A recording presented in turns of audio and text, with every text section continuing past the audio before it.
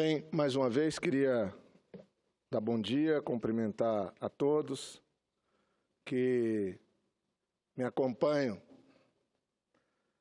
pela Rádio Senado, pela TV Senado, cumprimentar os colegas senadores, a senadora Gleisi, que está aqui também.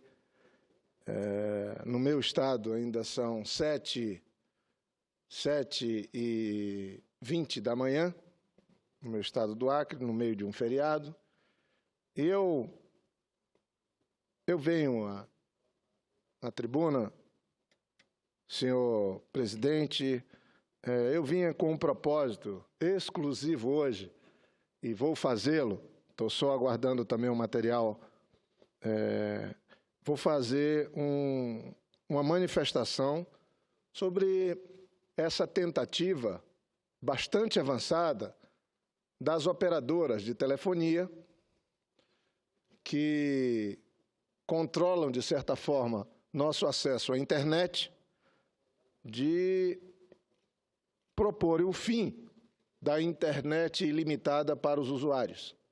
O Brasil ainda não conseguiu universalizar uma internet de qualidade por um preço justo, uma banda larga, e as operadoras estavam determinadas a fazer uma cobrança diferenciada e trazendo para o contribuinte, para os usuários, uma limitação no uso da internet. A Anatel propôs 90 dias, a agência que regula o serviço, 90 dias para aferir, para estabelecer o controle desses mecanismos de limitação. Mas isso criou um verdadeiro burburinho, uma postagem do próprio Senado nas redes sociais, Senado, casa que eu sou vice-presidente, gerou milhões de acessos, porque está todo mundo muito preocupado com isso. Eu acho que 90 dias é pouco. No mínimo, nós temos que ter um prazo bem mais longo para, se for o caso, encontrar um mecanismo que esteja favorável ao usuário. Imagine os que pesquisam, os que têm aulas usando esses recursos, as famílias todas tendo que viver uma situação que, de novo, nos coloca sob absoluto controle das operadoras em algo que nós não temos nenhum controle. Mas, enfim, esse era o propósito.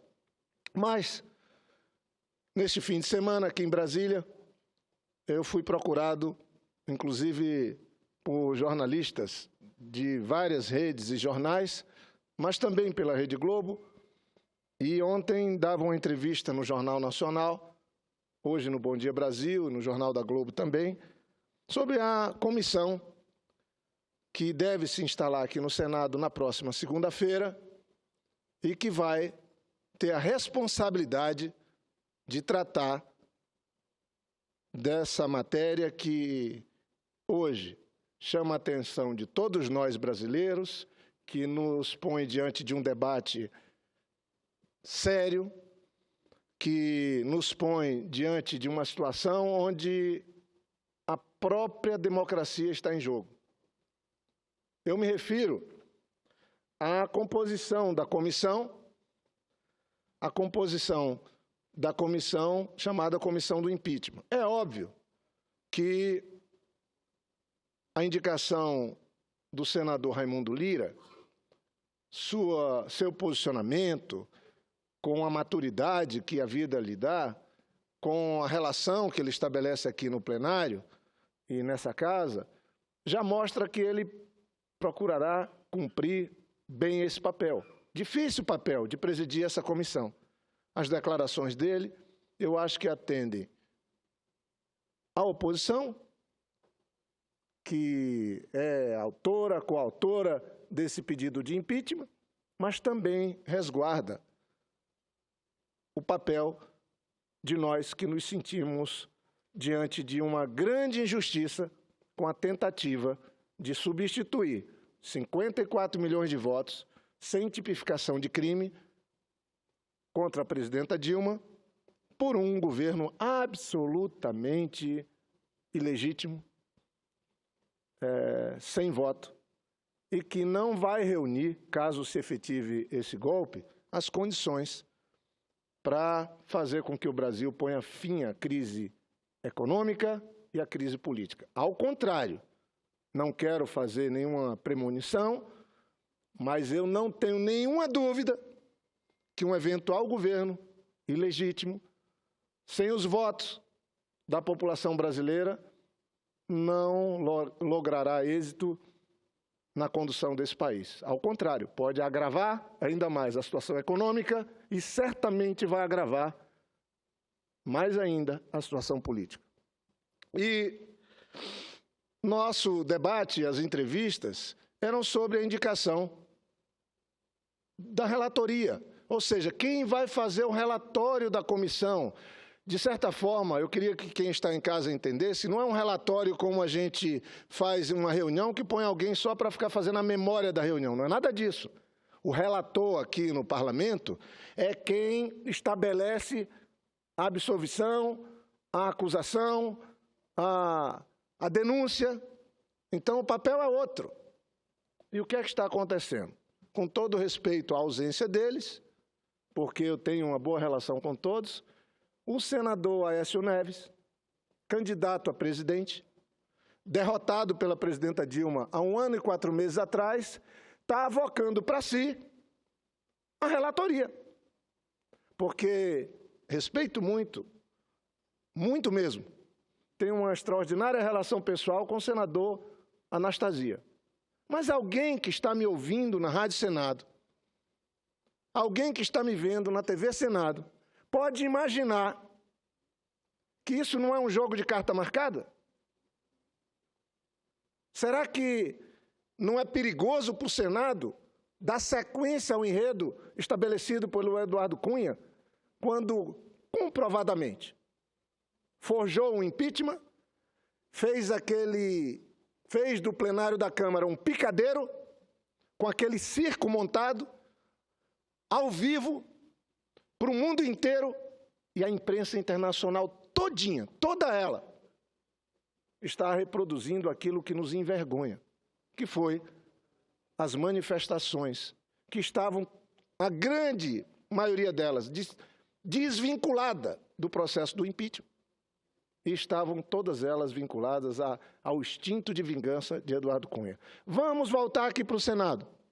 Uma comissão de 21 senadores e senadoras, com seus suplentes, presidida pelo ilustre senador Raimundo Lira, um homem que certamente cumprirá a Constituição, o regimento e ganhará o respeito de todo o Brasil na condução dessa comissão. Isso eu não tenho dúvida. Mas a relatoria, aquele que vai ser uma espécie de Ministério Público, que vai fazer a acusação, ficar na mão do PSDB, de uma indicação direta do candidato derrotado em 2014, Aécio Neves, eu acho que isso é ruim para eles. É muito ruim para o Aécio Neves. E é muito ruim para o senador Anastasia. Ele, por ser a figura que é, ele vai ter muita dificuldade, por ser um professor, para poder encontrar um jeito de mostrar que a presidenta cometeu crime. Quem sabe não vamos levantar lá no governo de Minas, se eles não fizeram as pedaladas fiscais, nós vamos levantar. Será que o governo de Minas, de Aécio Neves, de Anastasia, que foi seu secretário, seu vice, e também seu sucessor em Minas, não fizeram o mesmo uso dos decretos? Será? Eu, sinceramente, e aqui eu, de novo, volto a repetir, eu acho que era melhor pôr logo o Caiado, senador Caiado, que já teria o relatório pronto. E não precisava nem reunir a comissão. Claro. O senador do PSDB, Anastasia, vai ter ainda que fazer malabarismo para poder pôr seu nome no final do relatório, porque quem olhar com seriedade e só são 2 os instrumentos usados, recepcionados por Eduardo Cunha para acusar a presidenta Dilma. Qualquer um com inteligência mediana que analisar o pedido de impeachment vai ver que, se tiver algum julgamento minimamente justo, não teríamos impeachment. Mas o ambiente político brasileiro está tão contaminado, esse processo ganhou uma dimensão política, de vingança, de atropelo à Constituição tão grande, que a última coisa que nós vamos ver aqui no Senado, eu falo isso com todo respeito, é algum julgamento. Vamos ter discursos políticos repetidos, nós, de um lado, cobrando um julgamento justo, coerência, e, por outro lado, a maioria, que já está se formando, fazendo um rito sumário. E é isso que me preocupa, porque se o caminho, se essa narrativa, se esse enredo for levado adiante, como parece que vai ser levado adiante, vai se tirar uma presidenta eleita pelo voto e colocar no Palácio, certamente vão entrar pela porta dos fundos, Michel Temer e Eduardo Cunha, porque a rampa do Palácio do Planalto é para os eleitos, é para aqueles que chegam lá pela soberania do voto popular. Os que não têm voto e que querem assumir governo vão ter que entrar pela porta dos fundos do Palácio do Planalto. Me deixa estarrecido o assodamento, a ousadia. Vejam, o que houve foi a admissibilidade de um forjado, de um falso processo de impeachment na Câmara dos Deputados, coordenado, dirigido, presidido, vergonhosamente, por Eduardo Cunha.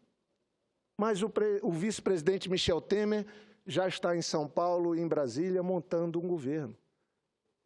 Qual é o respeito que ele está tendo com o Senado Federal? Com a capacidade do Senado, que é o tribunal que vai julgar o impeachment? A gente nos pergunta, por que o Romero Jucá já está nomeando ministros, inclusive de outros partidos? Por quê? Vamos fazer essa pergunta. É porque eles respeitam os senadores? É porque eles respeitam que aqui teria que ter um julgamento justo?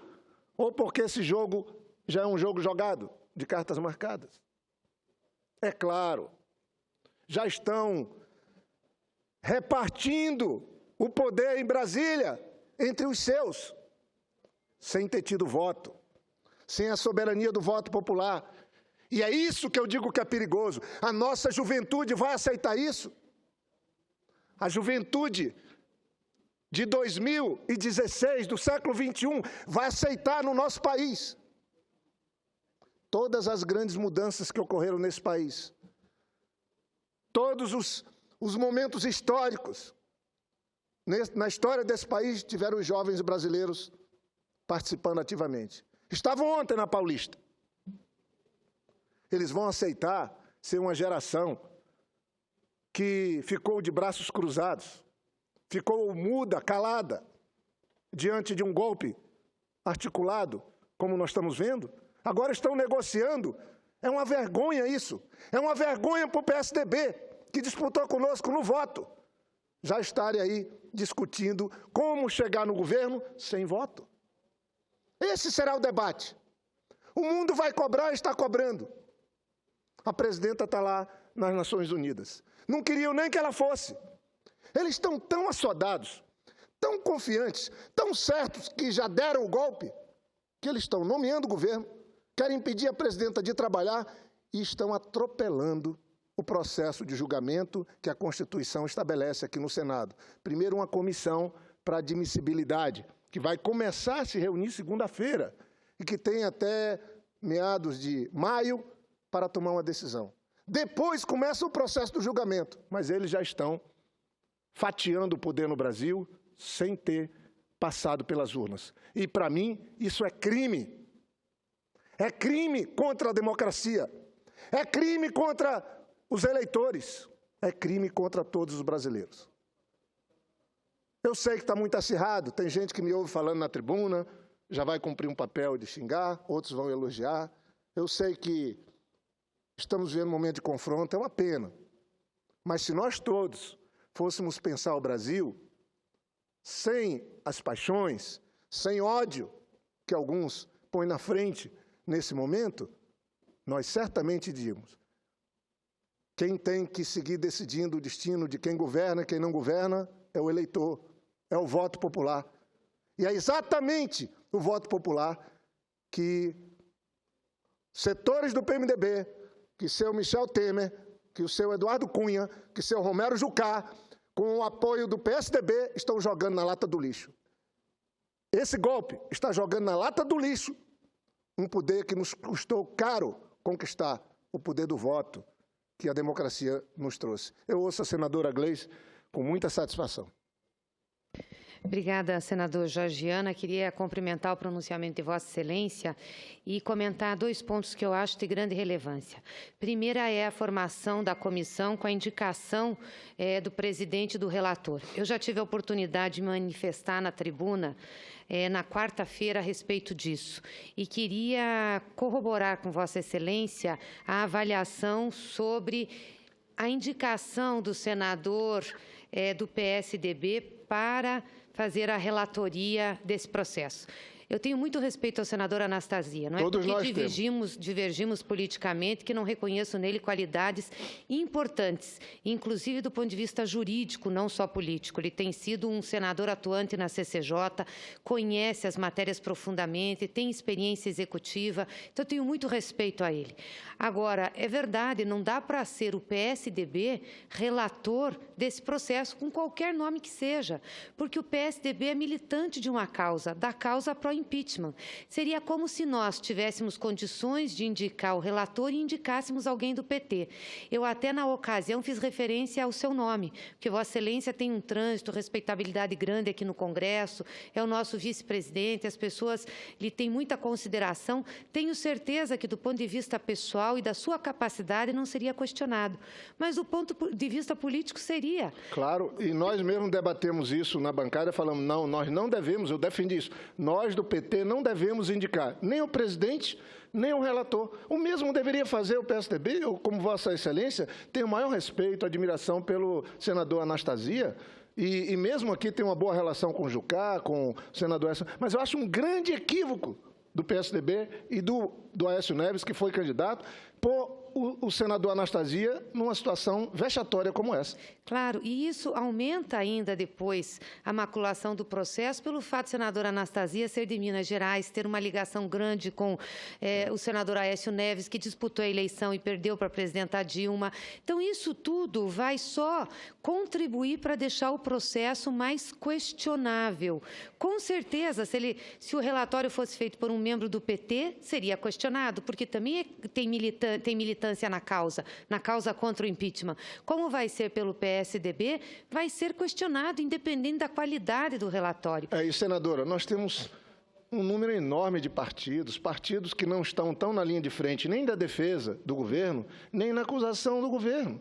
Custava fazer isso, botar um senador aqui, da confiança deles. Não precisa ser da confiança nossa, mas que fosse de alguma outra legenda, de alguma outra força política, para que, de fato, ficasse claro para a sociedade que o Senado está dando uma condução diferente do que deu a Câmara. Mas, do jeito que está indo, o Temer montando o governo antecipadamente, sentando na cadeira antes da hora, pondo a faixa presidencial, preparando discurso antes e pondo relatoria com voto conhecido, isso é um enredo, é uma narrativa que realmente não tem que ter outro nome. É a consolidação de um golpe institucional no Brasil contra o voto popular e contra um governo legitimamente eleito. Se quer discutir o conteúdo disso tudo. Exatamente. Eu estava na tribuna na quarta-feira e fiz um apelo ao senador Cássio. Disse assim, senador Cássio, vamos chegar a um acordo para colocar um relator que não tenha ligação partidária com o PT, com o PSDB, situação ou oposição, que tenha posições mais independentes. Pode ser que até ele esteja convencido intimamente a favor do impeachment ou contra, assim como eu acho que nós conseguimos conduzir a presidência da comissão. Exatamente. Que o senador Raimundo Lira pode ter até seu posicionamento, mas teve uma postura republicana.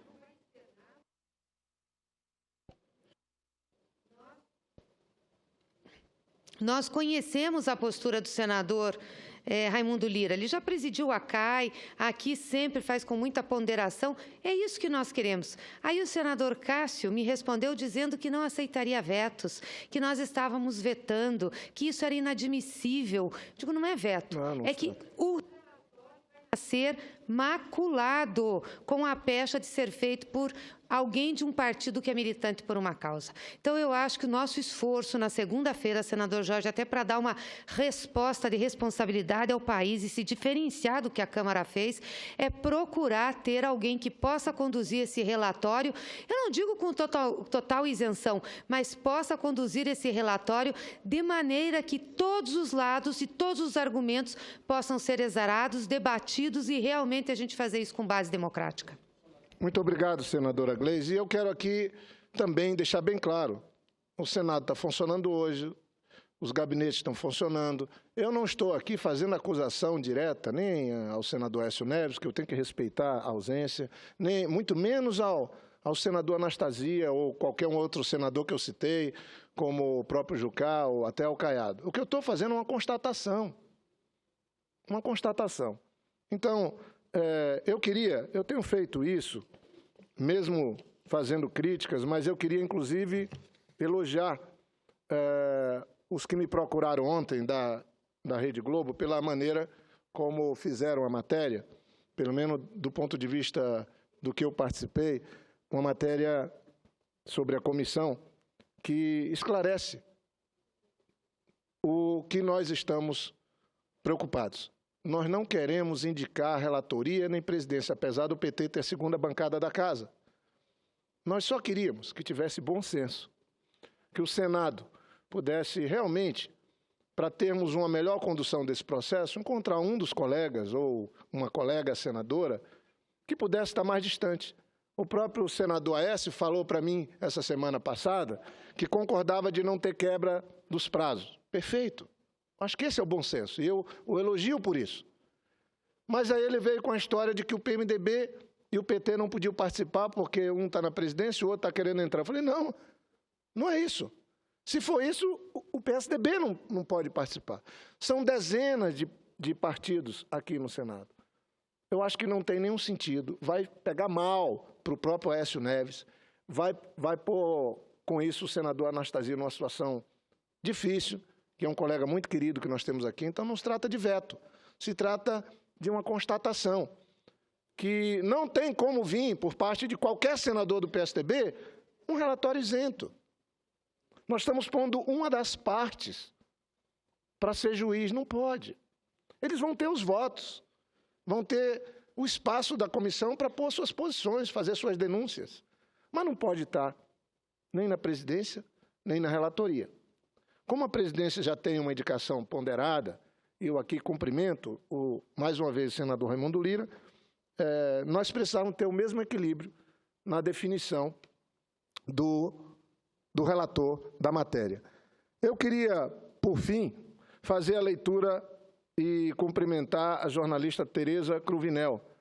Eu já fiz isso aqui em alguns momentos, com Fernando Veríssimo, também com Jânio de Freitas, grandes jornalistas. Chegou aqui o senador Caiado, eu estava aqui fazendo uma provocação do bem ainda agora. Falei que, em vez do Anastasia, era melhor pôr logo Vossa Excelência. Vossa Excelência tem explicitamente posicionado, não, na relatoria do processo, Vossa Excelência tem já, provavelmente, tem um relatório pronto. Eu aceito tranquilamente. Eu sei, mas isso seria mais... Se não vai ser indicado por Vossa Excelência, então, eu já vi que eu vou ganhar na comissão. Eu só estou falando porque, senador Caiado, E darei celeridade ao processo, eu imagino. Gastamos 10 dias. Eu imagino. Garanto a Vossa Excelência. Eu imagino. Agora, eu pedi aí para o senador Aécio não pôr o colega Anastasia numa situação difícil. PSDB é parte, perdeu a eleição, disputou conosco. Encontremos aí outro colega da casa que pudesse fazer uma relatoria e que não passasse por situação difícil, como certamente, caso o PSDB insista na segunda-feira e caso se aprove, nós temos um relator de um partido que disputou conosco a eleição em 2014. Mas eu queria concluir, senhor presidente, fazendo a leitura do artigo da Tereza Cruvinel, que ela fala: derrotar o golpe, martírio ou chamado ao voto popular. É um artigo muito interessante, feito por uma das maiores jornalistas desse país, a Tereza Cruvinel, trabalhou durante décadas no Globo e hoje escreve no 247. Ela diz: o governo Dilma Rousseff começou a cair no dia 1º de fevereiro do ano passado, quando Eduardo Cunha elegeu-se presidente da Câmara, derrotando o candidato do PT. Eles acreditaram em Papai Noel, está entre aspas, diz Eduardo Cunha, algumas vezes saboreando a vitória. Agora, quando tudo desmorona, Dilma pode estar acreditando novamente em Papai Noel quando recusa outras formas de resistência e finca pé na tática de se defender no Senado. Tereza Cruvinel repete aqui, entre aspas, uma frase da presidenta Dilma: vou até o fim em defesa do meu mandato, não por mim, mas pelos 54 milhões que me elegeram. Fecha aspas. Abre aspas novamente. Irei aonde for preciso, fecha aspas. Tereza Cruvinel segue escrevendo que a presidenta tem dito e repetido isso. A reversão no Senado é uma ilusão, diz Tereza Cruvinel. Ali, como na Câmara, embora com mais sobriedade, os fatos e a lei serão torcidos e retorcidos pela maioria para produzir um golpe sem sangue. O impeachment, ritualmente correto e sacramentado pela condução do presidente do Supremo. E Lula, assim como não ousou dizer a Dilma que ele deveria ser o candidato em 2014, agora também pede ao PT que desista da estratégia de lançar uma campanha pela convocação de novas eleições presidenciais, com Dilma renunciando a 2 anos de mandato. Esse é um tema que hoje está sendo debatido. Teria-se aí uma punição para os que defendem essa tese de encurtar o mandato da presidenta, mas passaria a soberania do voto popular a decisão sobre o destino do país. Porque o mais grave problema não é só o golpe, a ruptura com a Constituição. O mais grave é que governo, que legitimidade teria um governo de Michel Temer e Eduardo Cunha. O senador Romero Jucá, diante dessa possibilidade de apreciarmos uma mudança na Constituição para garantir a soberania do voto, na substituição de um governo eleito pelo voto, diz que isso é golpe. O senador Romero, colega nosso aqui, tem uma capacidade de ser ligeiro. Óbvio que aí estaria se fazendo algo decente, uma presidenta estaria abrindo mão do que é mandato, subordinando isso a uma mudança na Constituição que pudesse dar a legitimidade, a legalidade e um entendimento no país. Essa é a intenção dos colegas que estão com essa proposta e que têm conversado, inclusive, comigo, para que o povo, a soberania do voto, pudesse substituí-la na presidenta. E aí, se o Michel Temer, o PMDB, tem tanto respaldo assim, tem plano de governo pronto, tem ministro pronto, concorreriam à eleição com Michel Temer ou direto com Eduardo Cunha para presidente e, se ganhasse no voto, assumiria o Brasil a partir do ano que vem. Eu ouço o senador Caiado com satisfação uma parte. Obrigado, senhor nobre colega. A pergunta que formula Vossa Excelência. Vossa Excelência concorda que nós aqui somos seguidores das normas legais e da Constituição brasileira? Vossa Excelência se lembra quando essa casa insurgiu contra a verticalização das eleições, onde as coligações feitas nacionalmente deveriam ser impostas aos estados e municípios, chamada verticalização. Essa casa imediatamente reagiu a essa decisão do Tribunal Superior Eleitoral e baixou uma emenda constitucional, dizendo que as coligações eram liberadas nos estados e municípios. O que foi que o Supremo respondeu imediatamente? O Supremo disse: olha, não se pode infringir uma cláusula constitucional. Ou seja, não existe nenhuma legislação que tenha um período mínimo de 1 ano que anteceda as eleições. Não se quebra o rito de um processo, em primeiro lugar. Segundo lugar, a Constituição nós, deputados e senadores, a prerrogativa de encurtar e nem de alongar mandatos. Então, como tal, essa tese aí levantada, eu até respeito alguns senadores que são signatários dela, mas realmente é uma cortina de fumaça. Isso não tem a menor condição, tá certo? A Casa, o Congresso Nacional, pelas normas constitucionais, não tem sequer a condição de propor essa tese aqui levantada por Vossa Excelência. Isso não tem fundamento jurídico e nem constitucional. Então, como tal, Vossa Excelência, que é um parlamentar preparado, que é um constitucionalista, sabe que realmente é difícil, tá certo? Isto aí ser sequer considerado na Comissão de Constituição e Justiça. É a pergunta que formula Vossa Excelência. Quer dizer, diante de um quadro como esse, nós temos que seguir as regras que a Constituição determina. Saia presidente da República, entra o vice-presidente. É uma sequência normal. Agora, se amanhã o Tribunal Superior Eleitoral cassar a chapa, aí nós teremos uma antecipação das eleições. Senador Caiado. Pois não. Eu concordo que não está previsto na Constituição, por isso que eu estou falando. E, aliás, eu estou lendo um artigo da jornalista Tereza Cruvinel. Eu não tenho uma posição colocada ainda na tribuna sobre esse tema. Vou fazer isso na semana que vem, certamente. Estou conversando, estou ouvindo dirigente do meu partido, vou conversar também com meus companheiros do Acre, mas eu vou ter uma posição. Eu acho que nós chegamos numa quadra, no Brasil, que ficou evidente que se o que Vossa Excelência falou, e que é o que a Constituição estabelece, tivesse sido cumprido, eu não estaria aqui levantando esse artigo da Tereza Cruvinel, não estaria escrito.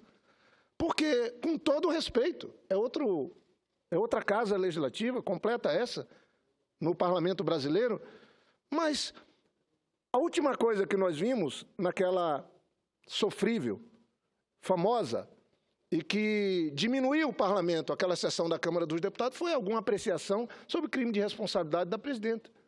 O próprio relator, deputado Devani, ele agora apareceu no programa ontem à noite do partido dele, Devani, falando de coisas que não tem absolutamente com o que estabelece o processo de impeachment, que são 2 temas só. Ou seja, na Constituição não está estabelecido que um governo impopular, os deputados têm o direito de tirar. Nós não temos recall na Constituição. Aliás, isso foi debatido durante a Constituição. E sabe o que é que acontece lá? Em 88, quando Domingos Leonelli propôs estabelecer na Constituição recall, eu tenho isso, li anteontem aqui com o Valadares, Antônio Carlos Valadares. Está lá escrito uma intervenção do então constituinte Michel Temer que diz: impeachment é peça de museu, mas já está lá colocado no Brasil. E como nos Estados Unidos, a gente mantém, não cabe o recall. Ou seja, o que é um recall? Seria uma espécie de voto de desconfiança que temos no parlamentarismo, que nós teríamos num regime presidencialista. Mas nós vivemos num regime presidencialista, que, naquilo, acompanhado desse enredo, porque o Eduardo Cunha, antes mesmo de tomar posse, ele já disse: olha, se não fizerem as coisas do jeito que eu quero, eu ganho a presidência da Câmara e derrubo o governo. E faço o impeachment. Eu mesmo participei de uma reunião, com várias lideranças do PT, e eu reproduzi isso ainda antes de começar a campanha, a definição dos candidatos à Câmara dos Deputados. Se o Eduardo Cunha ganhar, ele já disse que vai fazer o impeachment da presidenta. Então, veja, não tinha crime, o governo não tinha começado, nós tínhamos terminado uma eleição onde a presidenta tinha ganho por 54 milhões de votos, mas já tinha a espada, a sentença já estava estabelecida. E essa narrativa, ela está seguindo adiante. E é isso que eu questiono. Por isso que tem propostas como essa, que são menos traumáticas. Reduzir o mandato presidencial em 2 anos é algo muito sério. Teria que ter um entendimento, inclusive, da presidenta. E eu estou pondo isso. Essa proposta que a jornalista escreve teria que ter a concordância da presidência, senão seria golpe. Mas o que nós estamos discutindo agora, o que é que nós podemos pôr no lugar? Porque dar um golpe é fácil. Às vezes, com um homem armado na rua, com as forças na rua. Às vezes, como foi feito naquela cena deprimente da Câmara dos Deputados. Mas o segundo passo de um golpe, que vai definir a caminhada, é mais difícil, porque você tem que ter um governo ilegítimo conduzindo o destino de um povo e de um país. E aí é que os problemas começariam a se agravar no nosso país. A senadora Gleisi, eu ouço com satisfação. Obrigada, senador Jorge. Eu primeiro queria concluir, fazer um comentário que alvissaria a posição do senador Ronaldo Caiado pela legalidade e pela constitucionalidade. Sem e dúvida. tenho certeza que essa posição será levada também à comissão para que nós possamos analisar o conteúdo do impeachment que vem para cá. Compreendo que Vossa Excelência coloca, também concordo com Vossa Excelência, mas eu acho que nós temos uma saída para isso, se quisermos realmente ter posicionamento popular, é que a gente possa convocar um plebiscito para que a população decida se quer eleições diretas agora para terminar o mandato presidencial. Isso é previsto na Constituição. Nós não estaríamos ferindo a Constituição, poderíamos aprovar uma PEC aqui, ter um plebiscito e consultar o povo. Eu acho que aí seria legítimo para que a gente pudesse seguir em frente com esse processo, né? Até porque, como Vossa Excelência disse, nós não estamos num regime parlamentarista. O que a Câmara fez foi um voto de censura à presidenta Dilma, não caberia. Se for por apoio popular, o apoio popular do vice-presidente está tão ruim quanto o apoio da presidenta Dilma. Então, eu espero que a gente realmente consiga chegar a uma discussão em que a Constituição desse país seja honrada, que a Constituição desse país seja acatada. E eu queria, só para finalizar, senador Jorge, ler aqui um tweet que o ex-ministro Joaquim Barbosa divulgou ontem, que eu achei muito interessante. Diz o seguinte: impeachment é uma bomba, é um mecanismo legítimo, mas traumático, necessário, mas deve ser usado com precisão científica. Tenham em mente, impeachment foi concebido por e para uma sociedade de antanho, em que ainda predominavam as guerras de facções. Eu acho que é importante levar em consideração, porque podemos até ter divergências com o ministro Joaquim Barbosa em vários aspectos legais, mas tenho certeza que ele conhece muito bem a Constituição para poder se posicionar dessa forma. Muito bem. Eu queria só terminar de ler o artigo da Tereza Cruvinel e pedir que possa constar nos anais do Senado, porque eu não tenho nenhuma dúvida. O que está em jogo é que, se nós pararmos para pensar, e se a população que está descontente com o governo da presidenta Dilma, que quer encurtar o mandato, que quer tirá-la, e eu não estou tirando, eu estou sendo muito sincero, o direito das pessoas de protestar, de estar incomodada, de estarem contra, isso é legítimo. Mas nós vivemos num regime presidencialista.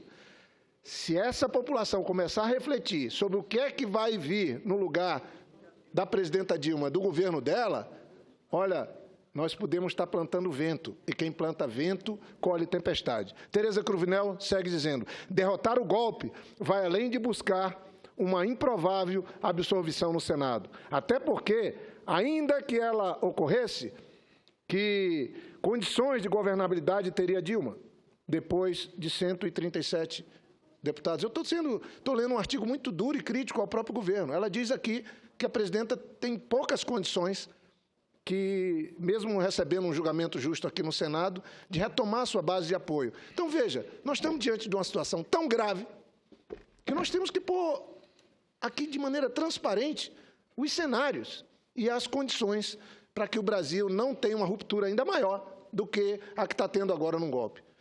Já entrando Michel Temer e Eduardo Cunha, com o enredo e com as articulações que estão fazendo, o povo vai estar na rua. Aqueles que estavam contra Dilma, junto com aqueles que estavam defendendo Dilma, vão estar juntos, pedindo o fora Michel Temer, fora Eduardo Cunha. Isso é bom para o país? O país aguenta isso? Essa é a pergunta que faço.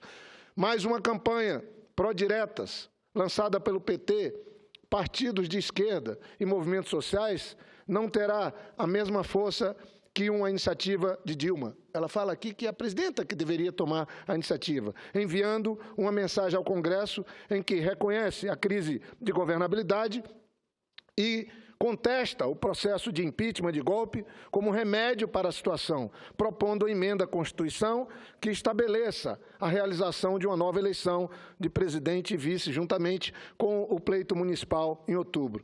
Contra a ingovernabilidade, a Constituição não propôs remédio. Ele só pode vir das urnas.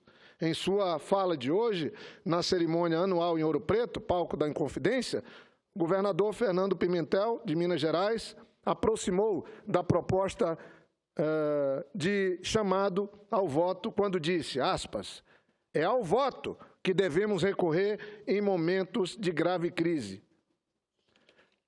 Eu não tenho nenhuma dúvida que essa poderia ter sido a bandeira da própria oposição. A presidenta Dilma tem dificuldade de começar seu segundo mandato, está errando na economia, está levando um agravamento da situação econômica do país, o desemprego crescente, a inflação com risco, uma série de pontos, e pediria, diante do processo que está lá no TSE, que não é só de Dilma, é de Michel Temer também, é também de Aécio Neves, porque se trocasse os tesoureiros lá das campanhas, daria na mesma. Eu cheguei a falar isso para o ministro Supremo, troca os tesoureiros da campanha do Aécio pelo da campanha do PT. É o mesmo, porque o Brasil vive uma farsa de financiamento de campanha. O Brasil vive uma situação onde esse modelo de financiar a campanha faliu. E pior, junto com ele faliu também o modelo de coalizão política. Seja quem for que ganhe, com essa quantidade de partidos, senador Caiado. Vossa Excelência sabe, o Supremo cometeu um gravíssimo erro quando na preliminar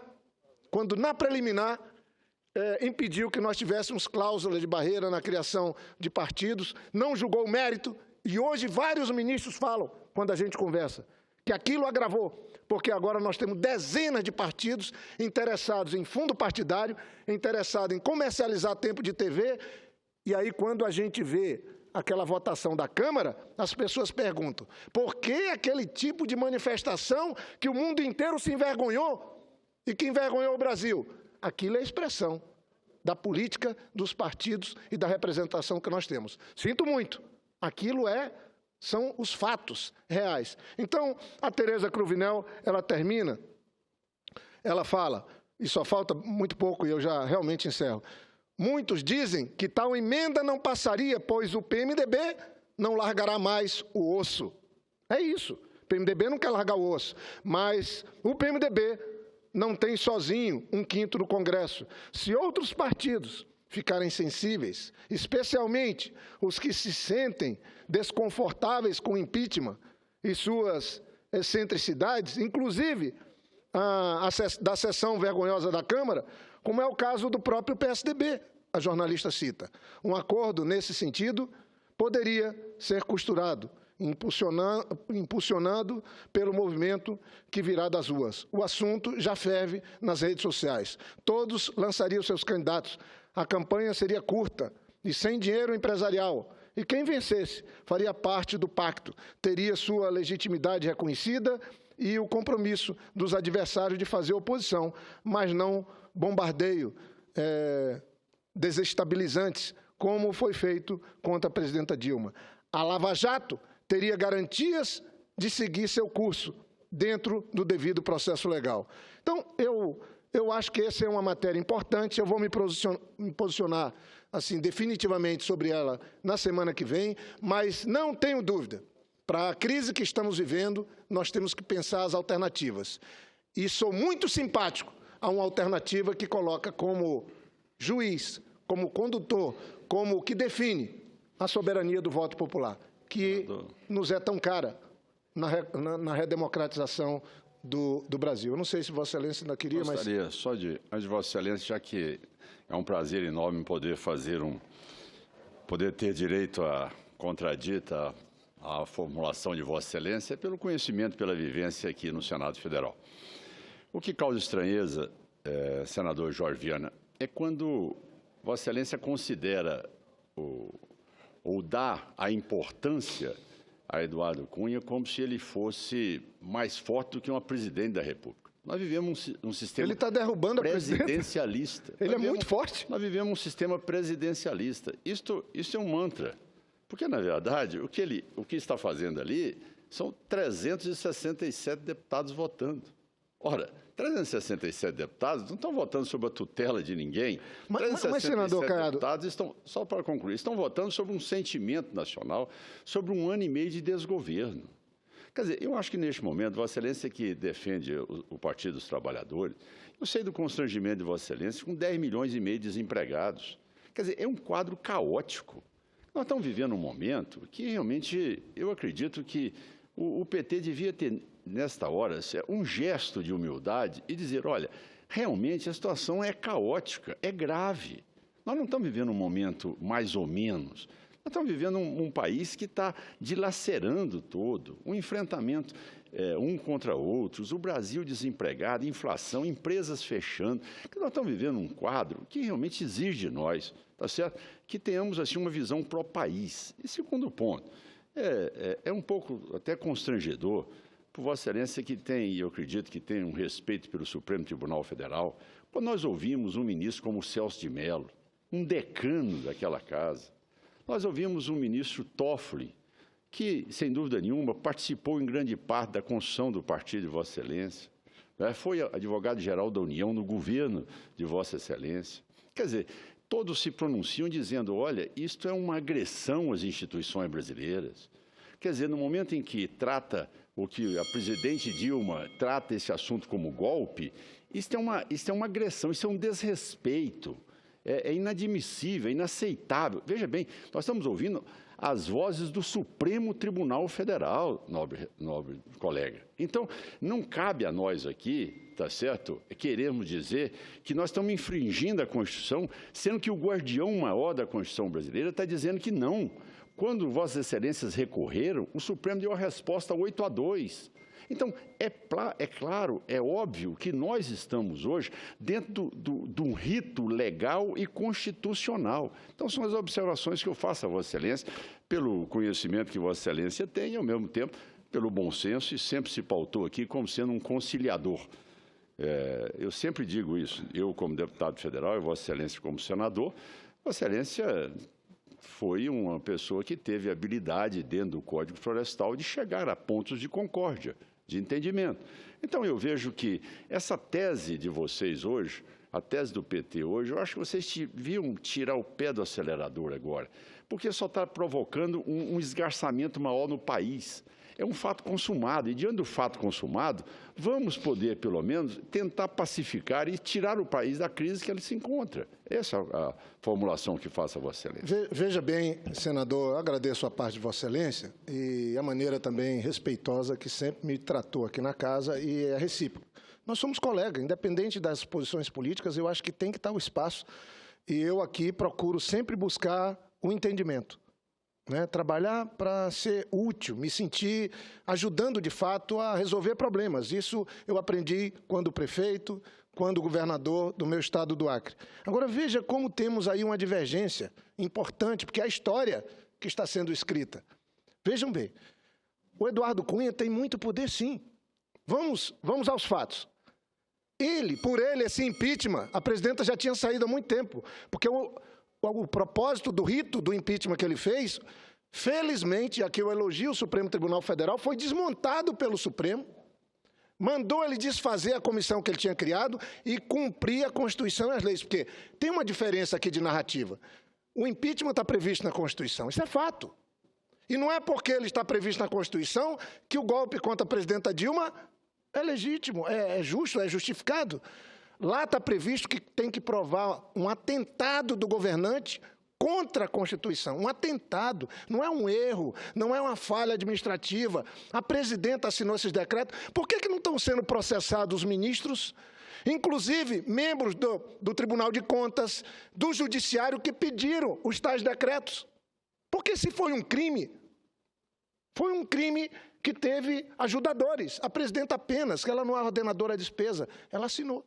São 2 fatos só, tão somente 2 fatos. E aí é lamentável, não foram julgados na Câmara.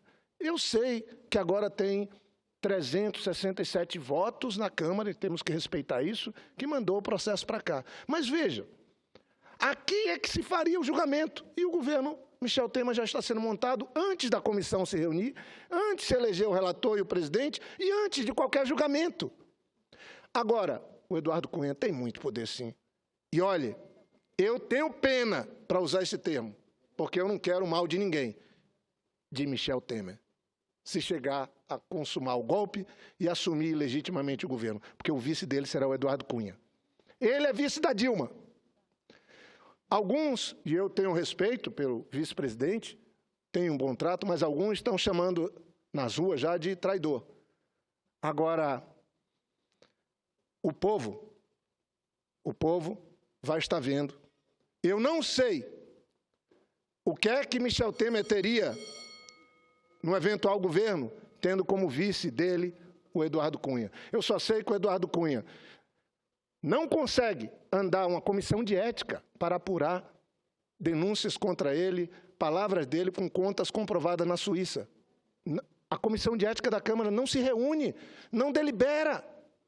Ele é réu no Supremo e consegue tirar uma presidenta que não é réu, ele consegue tirar do poder, como está se configurando, uma presidenta que foi eleita por 54 milhões de votos. Eu devo dizer que acho que ele tem poder demais. Talvez nesse Congresso ninguém tenha tanto poder, com todo respeito ao presidente Renan, que preside aqui com isenção essa casa, que o Eduardo Cunha tem.